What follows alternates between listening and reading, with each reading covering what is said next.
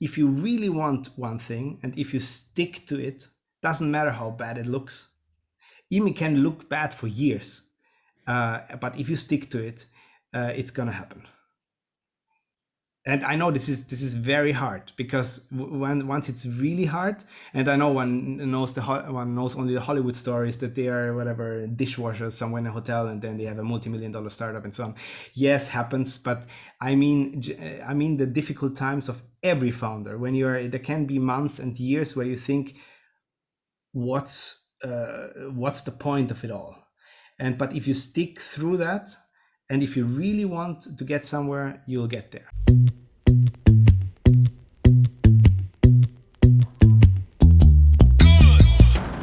Hello everyone, it's really nice to have you here today. My name is Erika, I'm 16 years old and I live in Germany. When someone asks me what I'm passionate about, usually my answer is learning. So let me tell you a bit more about that. I really love learning new things. I'm learning my 6th language right now, which is American Sign Language. And obviously I'm hearing, but I'm very interested in the deaf community and culture. I also established an organization in the last few months that focuses on the deaf and hearing community. Basically, what I'm trying to do is to connect both communities. Also, I am a very curious person and I'm obsessed with challenges.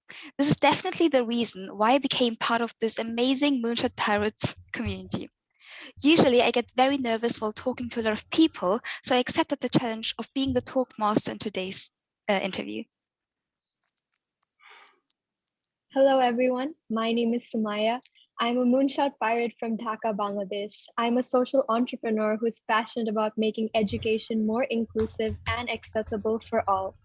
I also started my organization last year, Sincerely Her. It is an initiative that aims to raise awareness regarding human rights, women empowerment, highlight struggles women face daily, and commends women changemakers worldwide.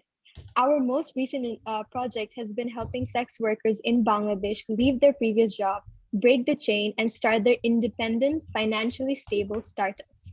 Till now, we have helped 4 such women and hope to help at least 50 by the end of this year.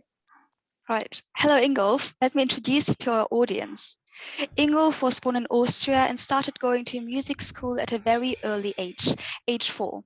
However, he learned to play violin first and just found his passion for the piano when he was 14 years old.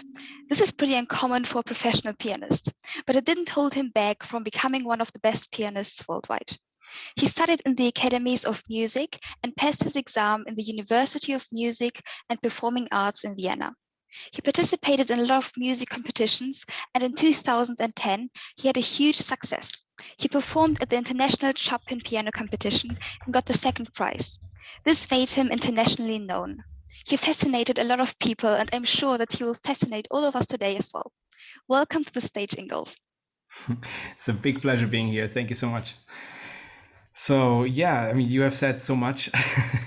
I'm a pianist, conductor, and composer by now, and I've played concerts in over 50 countries, recorded for Universal Music, Deutsche Grammophon, record labels like that, and for a couple of years now, I'm fully into the startup world as well, off stage. So.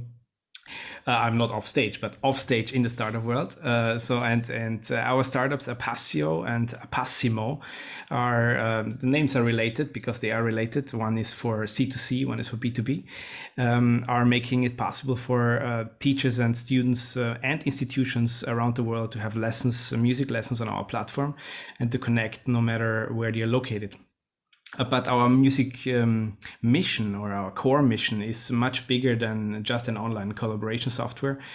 Our projects and processes especially are designed to improve the music education landscape worldwide, and to finally bring back value into the music making and into music itself. And I think about that we will speak a lot in this talk.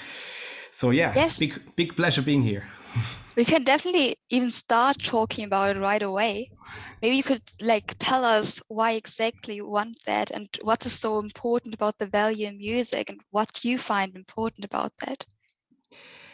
Well, I mean, for this question to be answered, one has to go back into the history. And And music was always a huge part of the education system, way before the 20th century Taylorist education system was invented. Music was always part of that, like next to maths, next to language. It was always music at the same level. And that has a reason, because in the very, if you zoom into the body very, very closely and almost to the quantum level or to the quantum level, everything is a wave and everything is frequency. So we are music in a way.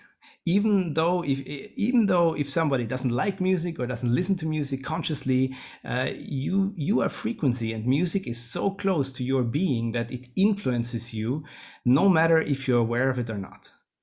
And this is why music is so important, and valuable music is so important. Of course, the question what's value will come later, but first of all, why is music important? Because simple as that, if you're taking food to you, or if you're eating something, or if you're looking at something, then you're getting visual stimuli or chemical stimuli if you eat something. But it's your choice whether you eat that food or whether you look at that particular thing, while the ears you can't close. So whatever is being played around you, even if it's noise or if it's music, it goes directly into your system and it directly influences your cells. And this is why valuable music is so important, because in the last decades we are simply surrounded by so much crap, excuse my French, that especially if you're not aware of it, you're going through life, you're going from day to day, and you are bombarded almost like a flood. You're bombarded by music, and whether you're aware of it or not, it goes into your system. And you know, I always say you wouldn't eat McDonald's food every day for your whole life. It would, at the end of the day, probably kill you. and this what happens to music, and it's going on for decades. So we are it's very much needed that there's a huge change coming. All right, so you already said something about valuable music and that you want to also talk about that, what valuable music is. But before that, maybe I suppose that you also know music that is not good, let's say this, or not valuable. So do you have something like this? Do you have like music you absolutely don't like because of something specific? Well, I mean, we go here directly into the core of it, of value, because it's a very easy route if people would say, yes, I mean, okay, I'm classically trained, so I could easily say, yeah, classical music is valuable, and not everything that isn't classical isn't valuable. It couldn't be further from the truth, because there is really music in classical music that's absolutely not valuable, and music that is excellent, and so in rock, so in pop, so in jazz, so everywhere. So value has nothing to do with the genre. That's the first thing. Then value is best described, or let's say best to put it in two layers. So one layer is the objective, what you just said. You said, is there music that you like? You know, there we go into the subjective layer, where there is, of course, due to your upbringing, due to your preferences, due to your teachers, due to your parents, and so on, you have a certain music preferences given to you, and of course then what you decide yourself to surround yourself with, and that's the subjective layer, which is always there and very important. But there is an objective layer as to, for example, how much harmonic things are going on, how much story is being told by the harmonic changes, by the melody, by the timbre, by the phrasing, by the rubato, etc. So these are things that one can measure, and these are objective things. And it's always a combination of these two layers, so the subjective and objective layer, that at the end of the day makes the value happen. It doesn't matter which genre. That's so good to hear. I think music is all around us, and we get inspiration from the world that is around us and beyond. So what is your process of working on new pieces? That's a very good question. So, like, I'm by now playing, of course, classical repertoire, but also writing my own music. So these are, of course, completely different processes. If you play music that is already existing, I tend to cut myself off of records as much as possible. So I take the score, I read it, I play it, and make my own sense of the story. It's like reading a book, the score. But then you have to. It's not only reading, but you as a musician have to interpret it. So it's like an actor. If you read a book and you have to play that story on stage, this is what we do.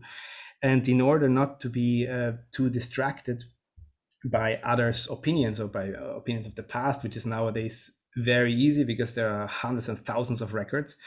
I tend to cut myself off, make my first draft of my vision, and play it, practice it, and then kind of check what the others do as well, because one has to be informed what's in the market. But it's very important at the beginning that one has to create one's own vision. This is for music that is already existing.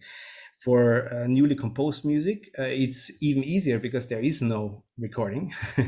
And especially if you write the music yourself, then of course the creative process comes in front still. So you need an inspiration, you need the first couple of notes, you need the first lines, and you need an outline. And once the piece is ready, you prepare it for a concert. And so that's roughly the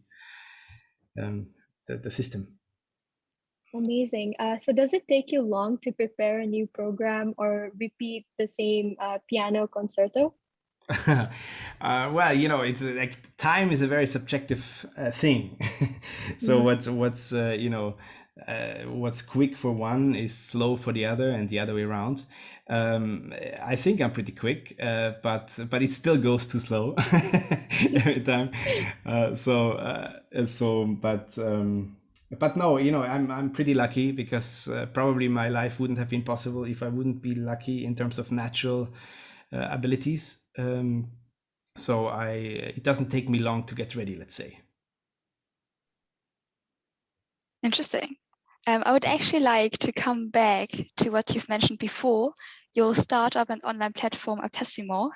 Maybe you could talk more about this. Like what I'm interested in is that you're a musician, you're a pianist, and I could imagine that you're just more sensitive to music and you can hear if something sounds in some way and you don't like it, you would like to change something really like small that other people don't even recognize and don't hear. So is this something you want to teach people with your online platform?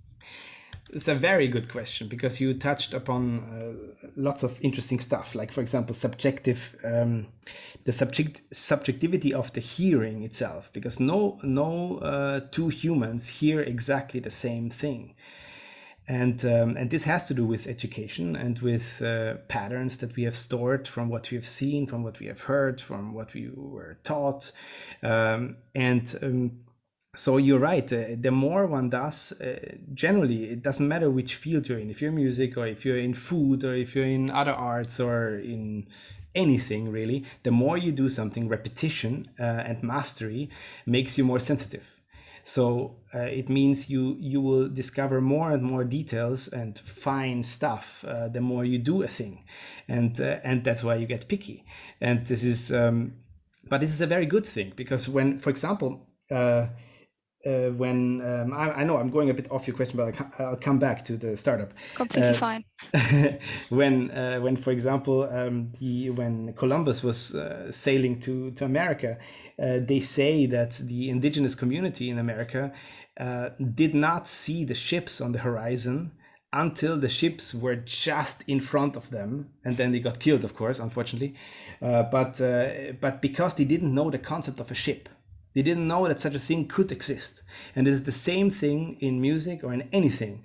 This is why, to come back to food, if you eat McDonald's your whole life, then, or let's say only for 10 years only, every day, and somebody will give you a 5-star or a 2-star Michelin meal, then such a person might think, well, that's not good because it's not McDonald's, because he got so used to the stuff, but he doesn't have all the fine sensitivity that is needed in order to say what's a good meal and what isn't. The same is with music.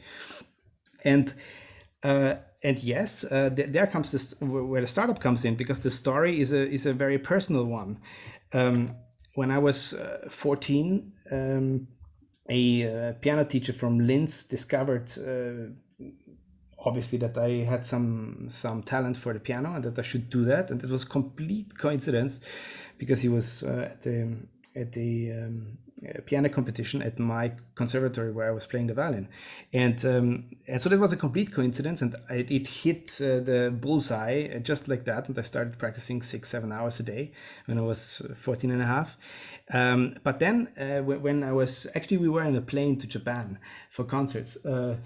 My wife and I, who is the co-founder as well of APPASSIO, we were thinking, okay, we know what the problem is worldwide in music education, which means that, first of all, there's too little sensitivity, there's too little selection of teachers.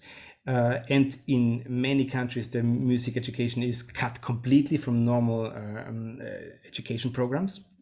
And to change all that, I think we thought we have to make a platform where it doesn't matter if you live in the rural side of Austria, or like me, or Germany, or in Tokyo or New York, and you could find the right teachers, because only the right teacher can, inspire you, can give you the information that you need. Because the right teacher, for example, the right teacher for me is not the right teacher for you, because every human has a different energy.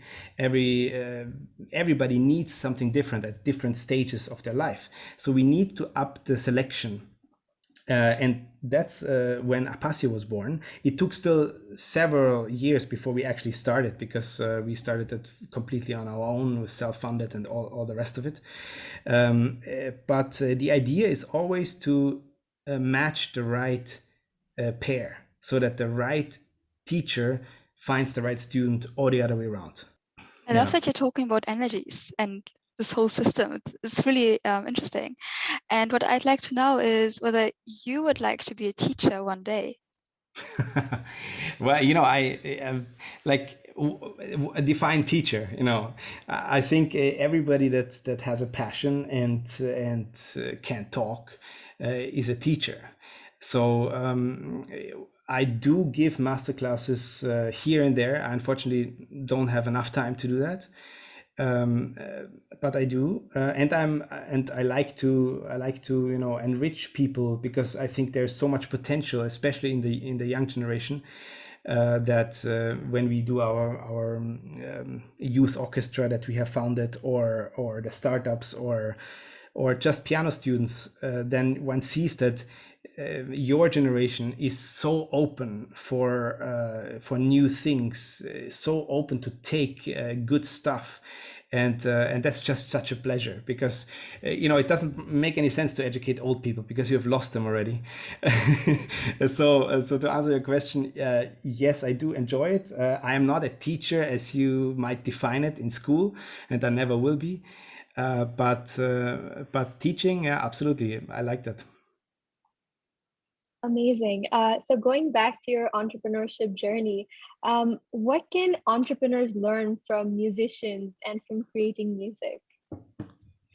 Also a great question, because one core mission of our whole music mission is to make people more sensitive and to use music to learn the skills that they will need in a 21st century job market. And there is so much there that people are not aware of that. So, for example, you need all the skills that a let's say AI or AGI that you can dream of now, that is maybe not there yet, but will be in 5 or 10 years. All the things that such a machine can do, there are still tasks that the human should be at least should be better at. And these are exactly the skills that you will need in order to have a job when there is a supercomputer that can take all the jobs that it can do quicker and more of anyway. You still need so-called what they call 21st century skills, soft skills, or that's why I'm a great advocate to go from STEM to STEAM to include arts in this movement. Because it's absolutely necessary, because only if you're sensitive enough, because if you're a coder, if you're a developer, like we do in the team, then you write code, but somebody has to tell you which code to write. Somebody has to tell you what the code should be sensitive to, what it should do, and how it should all work. And these are still, thank God, human tasks, and should always be in my view. Although, of course, at some point the computer will be able to code and the computer will take all of the things. But the point is that the music education can actually give us the edge as humans, in comparison to the computer. So it can give us those things that the supercomputer of the future cannot do. And what we are currently doing is, and this is the destructive thing, we are currently making humans more and more like computers. And while we should do the exact opposite, because if you make them more like computers, then the computer will always be quicker than our brains in terms of data processing and so on. That's why at the end of the day, the computer will take over our jobs. But if we are better than the computer, then we tell the computer what to do. And here, a music education can help enormously. That is an amazing perspective, and I definitely agree with you. So how would you say music has helped you have a different perspective on life itself? Well, I mean, first of all, it's scientifically proven, of course, that playing an instrument, especially in the first 7 years, where you're in alpha brainwave and where you are very, very transformative, and you learn I wouldn't say quicker than an adult. That's a myth that I don't agree with, but you learn extremely quick, because you are that's the wonderful thing of a human, that we are so adaptive that it doesn't matter in which climate we live, in which circumstances we grow up, we always find our way. And that's why we are basically a white paper that has to be filled, and this happens in the first years. So if you're the first 7 years, if you train an instrument on a high level already, it doesn't have to be professional, by the way, just high level. I mean, if you get the essence of music, then your brain gets input that is valuable for your whole life. Because I don't I want to say very clearly that we don't want to make musicians out of everybody. Absolutely not, and it shouldn't be the case. But the music education is, since everybody is musical from birth on, we just lose it or don't do anything with it, is super helpful, no matter what you do in life. And now I forgot the question. So what you said, I probably didn't answer it. What was the question? Definitely. So my question was, how has music helped you have a different perspective on life? Exactly. Yeah, well, sort of. I got there. So if you have the skills, and if you have these especially sensitivity, for example, if you the hand-eye coordination, the brain hand coordination, which means that if you're associating stuff harmonically, or if you memorize something and at the same time you are giving a manual action to it, like you do on the piano. That's why piano is so good, because you move all 10 fingers while you're thinking. And if you do that from the very early age on, it's so good, because it makes your brain thinking quicker. It makes you more sensitive. It gives you, of course, all the musical attributes, pitch recognition, all these things, and then hopefully also that you can then distinguish what's good music, what's bad music, and what helps me here, what helps me there. So there are so many pluses, and this is all scientifically proven a lot. Just it's not mainstream yet, but I think it will. Right. Okay, I love your answers, and I would just this question just came into my mind, because as we already said before, you learned playing the violin at the beginning. Yeah. Then you switched to the piano. But at the moment, is there some other instrument you can play? That's a good question. You have to define what can play means. so theoretically, of course, I can still play the violin if I have to, but I wouldn't call it can play, because because it would be on such a level that I would never want to play on such a level, because everything takes effort. So if I would have to again go into it. I didn't practice any violin basically when I started playing the piano. So it's already a long time. I mean, I'm not that old, but it's already 20 years almost. But I love the violin. I love the sound. If somebody skilled plays the violin, I love it. And if I'm conducting orchestras, it's of course very good that you know how to play the instrument in principle. But again, everything takes effort. So, but everything in life like that. If you really, if you want to be good at it, you just have to sit down and do it. Doesn't matter what it is, and it's the same with everything. So, and if you're if you're, let's say, spoiled in terms of that you expect something from a musical piece, or that you want to hear a certain quality, then of course it gets harder and harder, because you only do it if you're really good at it. Otherwise you say, what's the point? Other people can do it better. So this is for me and other instruments. Yes, I definitely agree. That's so good to hear. We have our first live question by Hassan. So Hassan, would you like to join in, please? Hello. So I'm Hassan and I am 18 years old. I was with Erica in School of Future. Like both of us were in the same course before Erica joined this.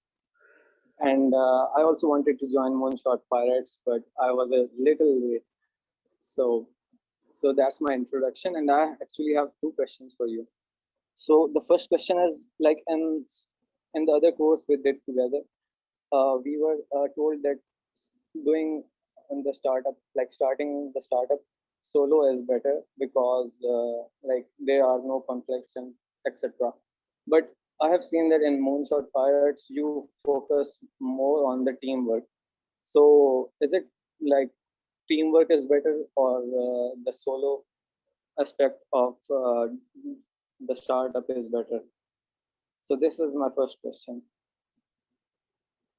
Okay, so I answer each. Okay, I would say the answer is really depends on what you do, because solo founders can be extremely successful at the beginning, but I think at the beginning is a good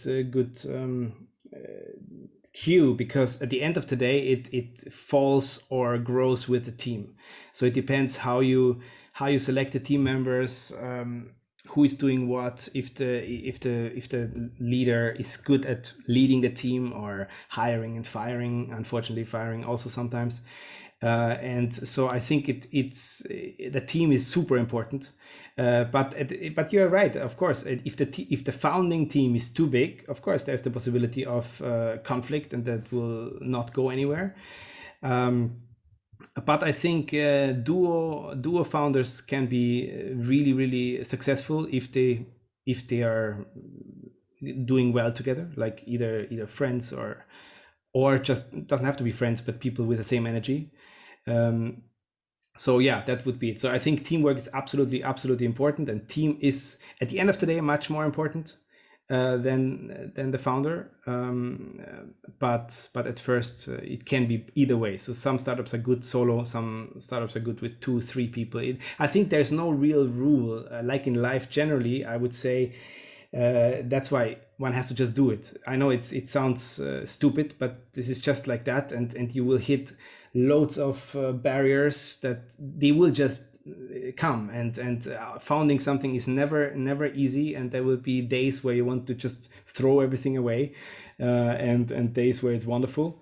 This is just part of the deal, and then at the end of the day, perseverance is the most important thing. So probably much more than team or who founds it. It's like if you can stick and if you can finish what you started. Okay, can I ask just another question? Mm-hmm. So you have a musical background, and then the question is also related to music. So when a music is being played or a song is being played, we slowly start like matching, like moving our body to the beat. Sometimes we are moving our head or nodding our head. Sometimes we are like moving our fingers. Or so does music also affect like our actions or our thought process? And Can, if we are already sad, can it make us more sad? If we are already happy, can it make us more happy? That's the question. Well, it's a very good question. I mean, as I said, I mean, we are at the I don't know if you were here at the beginning, but at the beginning we are frequency. So at the end of the day, your being, all of us, we are music. This is just a matter of fact. So and that rhythms and music always pushes our buttons is also scientifically proven. That's why everybody, it doesn't matter if you have a good piece of music or a good rhythm that catches you, then immediately you start snapping or start moving, and this is just normal from infancy on. And what was the moment merging? Yeah, exactly. So this is absolutely the case. That's why I said this is so important that you then at the end of the day go deeper and deeper into the sensitivity, that you feed yourself better and better stuff, because you cannot. The mere fact that you're starting moving means that your organism is reacting to music, whether you are a musician or like music or not. You just do it, and this is because it's so deep in us. So that's why, for example, this goes even that far that that the first sounds that the first communication that the newborn has when you're still in the mother's womb is frequency. So you react to the voice of your mother, and to music, for example. That's why music goes immediately into the kid's brain and hearing, even if it's not born yet. So it's totally us, and that's why it's so important that the focus will come in the next years more and more on music, because what we have been doing the last years is actually pretty much a crime, if I may say so, even if people are not aware of that, because we are just harming our body. I'm always saying that there needs to be a bio movement. Like in the West, we have for food such a movement that you have everything bio, because everything non-bio food, you have GMOs and all these things in, and which are not good for our body. But such thing doesn't exist yet for music. So we feed ourselves everything without even noticing, and even like the bad stuff, because you like ice cream too a lot, and McDonald's. So I think a bio movement for music has to come, and we will start it. So Amazing answer. I'm just wondering, because I know on YouTube like some kind of videos with the sound, like music, for focus.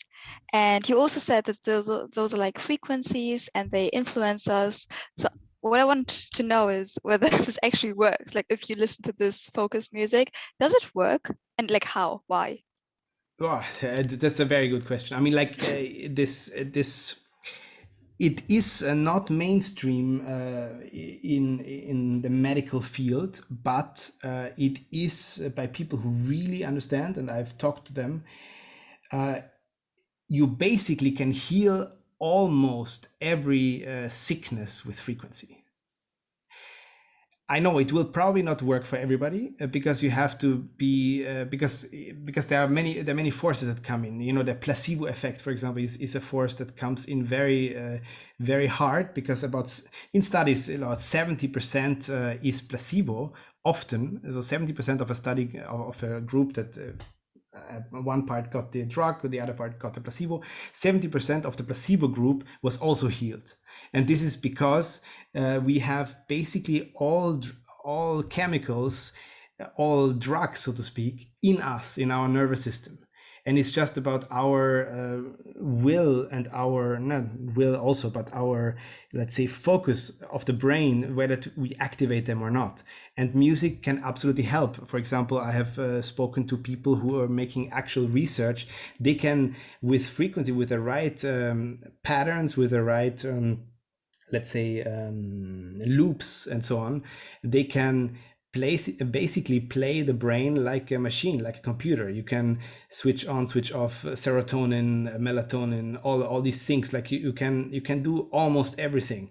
There's sportsmen who have, of course it has to be professional, because it has to be fine-tuned to the person. So a YouTube video with such thing can work for you, doesn't have to work for you, because you never know what's the origin of it. And usually these people that do it professionally, it has to be calibrated to your brain, to to what your energy is and so on. So it's a very complicated process, but basically, absolutely, it works. You can heal, you can focus better, it's like meditation, the meditative state is you can reach it several ways. You can, of course, sit with a yogi on the mountain for 10 hours a day, which is great. I'm sure I haven't done it, but I would love to. Or you have the right music track that sets your brain into that kind of brain waves that you're in the same, or pretty much the same state for you. And I'm sure that state will be also different for everybody. That's why it's so personalization. I think it's the very, very important keyword here. So at the end of the day, on YouTube, I would say the practical advice: you have to try. Whether it works or not, you are the judge. But that it theoretically works and practically works is absolutely proven. This is really interesting. I didn't know that. Thank you for your answer. Yeah. And you also said that music can heal. So I have an extreme example now. If someone has cancer, could it theoretically heal the cancer? Well, there has been, I forgot the name now. There was one doctor in the mid 20th century that made such a device where he could actually heal cancerous cells with frequency, and he was just kicked out by the medical system, and you know what I mean, the pharmacological companies that want to sell their drugs, and they're very powerful. So I would say, again, theoretically, I am due to the research that I have done, and research that has been done by people that really know it, because I'm not the doctor. I would say yes, it is possible, I would say. But of course, this is very, very tricky if I say that, because there are many also good friends of mine that have died from cancer, and then you tell what I just said to a family that just lost a loved one from cancer. So you will say, what is that idiot saying? You can heal cancer with with music. So it will probably not work for everybody, again, because your brain has to be up to it. You have to, because theoretically with meditation you can heal so many things as well, which is ultimately the same state as music could bring you. So at the end of the day, it depends on your mind focus. I personally believe that you can heal almost everything. And there have been examples of, for example, Joe Dispenza, who had the whole back basically smashed by an accident. He could only lie, and he healed himself without surgery just by meditating. So there are examples that work. Of course, you can always put it to the doctors, put that to, healing that we cannot understand, just some things happen. But stuff like this exists. And so since I'm always living my life, if somebody else can do it, why I can't do it? So I think it's possible if you set your mind to it. Great. I love this mindset. And I personally actually believe that if you want something and you believe in it, then it actually can work. But if you start something with kind of the wrong mindset, by saying it won't work anyway, then it won't work. This is my personal opinion. I don't know what you think about that. Would you agree? No, absolutely agree. Because if you are setting your mind to that it doesn't work, it's like they call it the law of attraction. And I can, out of my own experience, say that it does work. I've practiced it for years, and so if you really believe into something, it will, at the end of the day, if it's sincere, if it's really what you want, because that's the thing, we tend to lie to oneself. So if it's really sincere, it will happen. So the reverse is true too. If you don't believe that it will happen, it will not happen for sure, no matter what you do. We have another live question from Navina. Hello, Hey. I'm Nivena. Hello. I'm from Austria. Thank you for inviting me to ask my question. I'm currently a student at a business-focused high school, and I'm 18 years old. And my question is, what do you do to be creative or to get in a creative state? Also good. You guys have good questions. So this is also very, very, very personal. So what I will say might not work at all for you. but I think it's about brain waves, and it's about the energy that you, or let's say the state that you put yourself in. It's pretty much connected with the meditation and all this stuff that we have talked about already. When you, for example, me personally, I'm very creative before I go to bed, which is unfortunately late, but when you're in this half sleep sort of 2 hours or something, from whatever 11 to 2 a.m. or something, then you are then the brain does things that you are looser, that you a very creative state. For example, for some, I know it's very much in the morning. Some people, they get up at 5 and are super creative until 9, and then this is the window for you. So I think there are certain windows, and the rest is inspiration. So I myself get very, very inspired by other fields of arts, by food, by travel, which luckily I do a lot.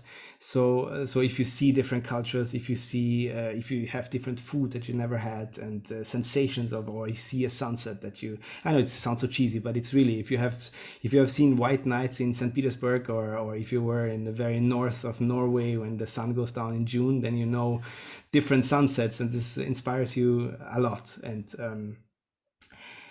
I think this is it. So it's probably sensory input, so sound, visual, and food, plus creative phases that one has to use, I think, because sometimes this opens a complete different door with what our brains actually are, what we actually are. So I don't want to go there because it would be a bit crazy, but I think we are receiving information from wherever. And this is what we call creativity, that we just at certain windows we let's say receive different things, and all of a sudden something works, and you can build on that, and you create something out of that you have received from somewhere. So this is of course very philosophical, and I don't want to go there totally, but I think it's windows that you have to find, where you're saying, okay, I have to do this to get me into that state, and then I'm creative. I think this is the best advice. And as a short follow-up question, what can we do to notice more creativity in the world? To notice, well, this is sort of what I was speaking earlier about, that the more you do a certain thing, the more refined you get, and the more details you notice.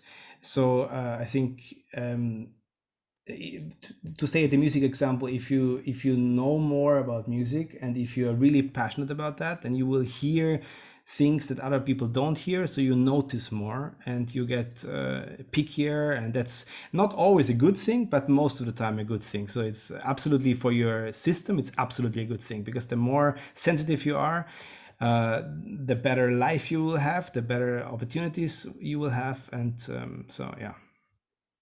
Thank you. Thank you so much, Navina, for the amazing questions. Yeah, it's awesome. Awesome questions. So I had a question. So you have done a lot of competitions growing up, and do you think that competitions are the way to actually start a professional career?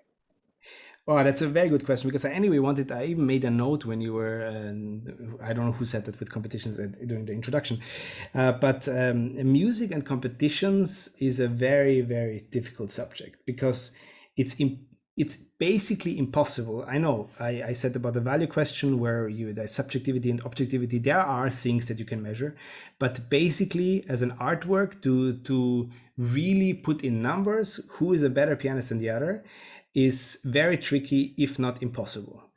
That's why I'm personally not a fan of competitions. And I will tell you why, because yes, it might look that I've done a lot of competitions in my life, and I have done a lot of youth competitions, but this one has to see under different light, because a youth competition is like you play 10-15 minutes of music, and then you are judged. So and when I started so late, so I used the competitions a lot because when you're 14-15 and just starting, you don't have concerts, so it's not like that you're saying, okay, I would like to play in front of public. So I needed the performance opportunities, and these and youth music competitions are perfect for that. So you just go there. It doesn't really matter. There are no politics. There are no mafia going on. There's just because who cares if somebody gets the first or second prize? I mean, I'm here being honest. So it's about the playing, and it's about getting the experience and so on.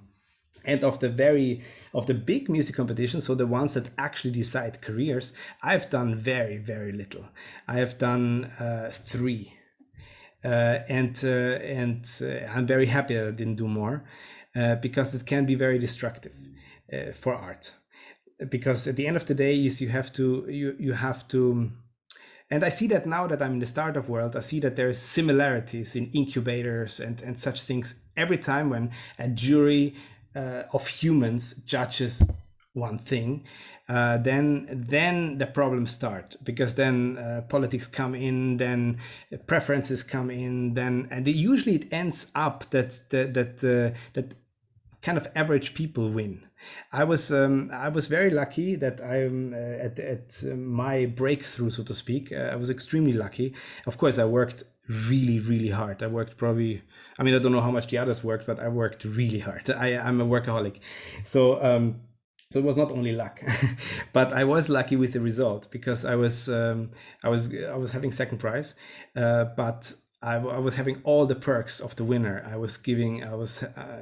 I got, I think, 3 special prizes. Like nobody else got anything like that. I got immediately record label contract, concerts all over the world. I got the perks of the first prize, and there was a huge media scandal that I didn't win and so on. But in retrospect, I'm quite happy that I didn't win. And still could base my career on. So that was, of course, very lucky. That's why I say. But so that's a long answer to a short question, that competitions are difficult to judge, because at the end of the day, it's important to get out there and compete, because only then you force yourself to work.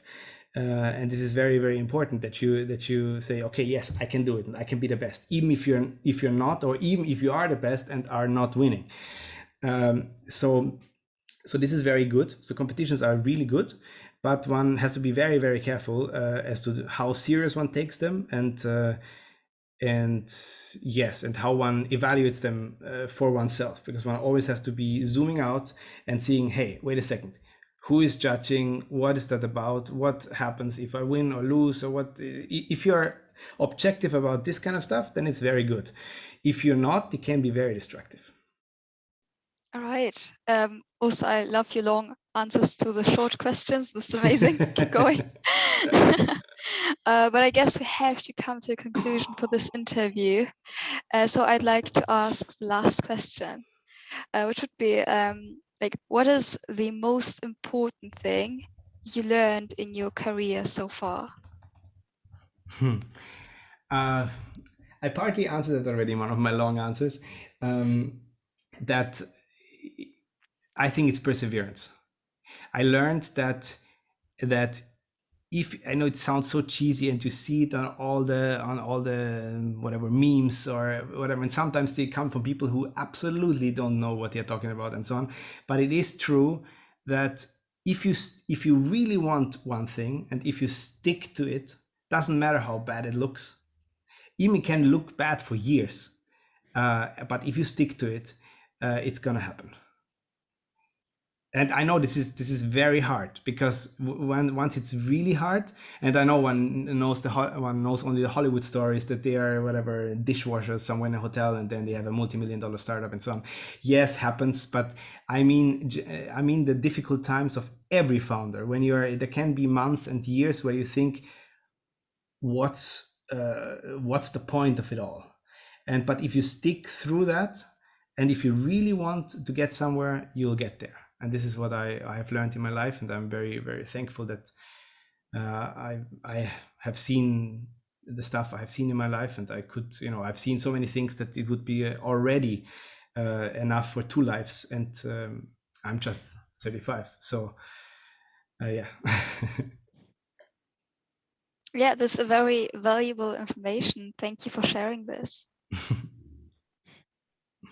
Yeah, my pleasure. It's great what you guys do, and the whole program of Moonshot Pirates. So I can only applaud to your initiatives, especially. It's amazing. I mean, I didn't do that when I was okay. I had my own initiative called the piano, but this is awesome what you're doing. So keep going, keep having this energy, and good stuff will happen.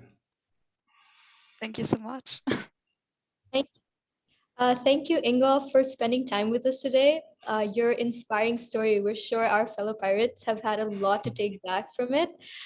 Your inspirational change journey has surely left a positive impact on all of us.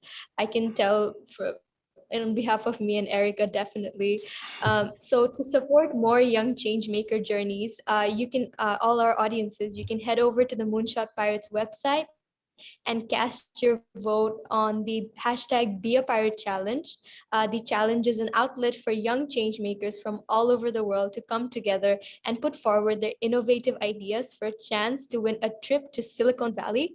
So the deadline to cast a vote is on the 28th of this month. So be sure to head over there right away and cast your vote. Thank you once again, Ingolf. We wish you all the best from the Moonshot Pirates family. Thank you so much. It was a pleasure.